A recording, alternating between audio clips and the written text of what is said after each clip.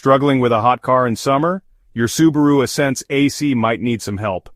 First, let's check the basics. Start with your AC settings. Make sure it's set to cool and the fan speed is up. Still no luck? Check the air filter. A clogged filter can block airflow and make your AC less effective. Next, listen for unusual noises. If you hear clicking or buzzing, it might be a compressor issue. The compressor is the heart of your AC system, and if it's not working, your air won't be cool. Also, inspect the refrigerant levels. Low refrigerant can cause warm air to blow out. You might see frost on the AC lines, which is a sign of low refrigerant. If that's the case, you'll need a professional to top it off. Finally, check the AC condenser located in front of the radiator. If it's blocked by debris, it can cause overheating and poor AC performance. Clear any obstructions and make sure it's clean.